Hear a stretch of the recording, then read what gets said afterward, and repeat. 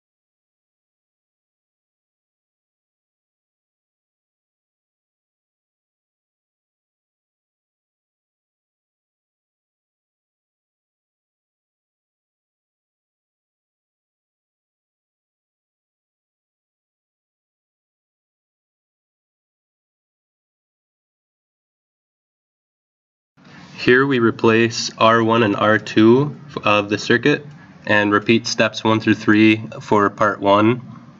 So we noticed with 1 hertz frequency that the gain was roughly about 372 millivolts, and as we moved our way through the chart and ending up at 20 kilohertz, it rose until it reached the input value.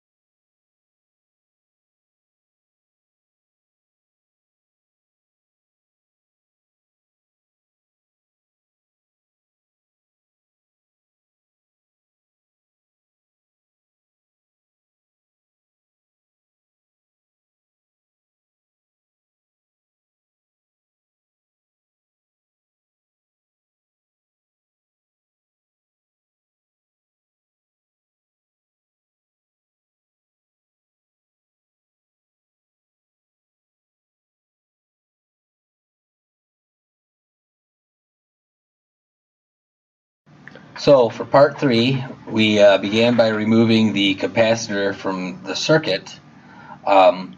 We added a modulation wave that was an AM sine wave with a frequency of 200 hertz to simulate the noise.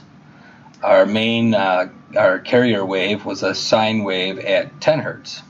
And when we ran the simulation or ran the circuit, we saw that the noise was quite dampened but was still present.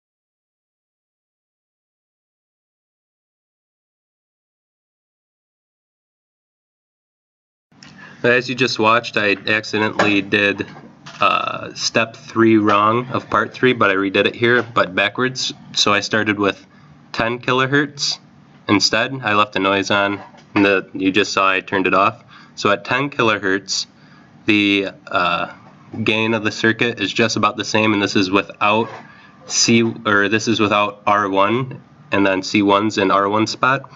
So at 10 kilohertz, the gain's just about the same. And then at 10 hertz, there is no output at all.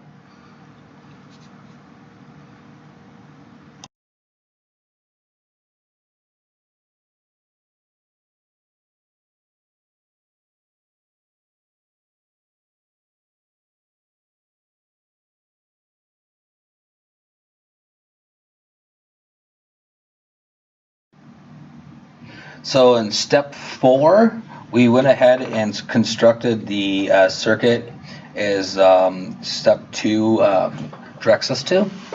And then in step 3, we ran the circuit with the given frequencies to fill in the table.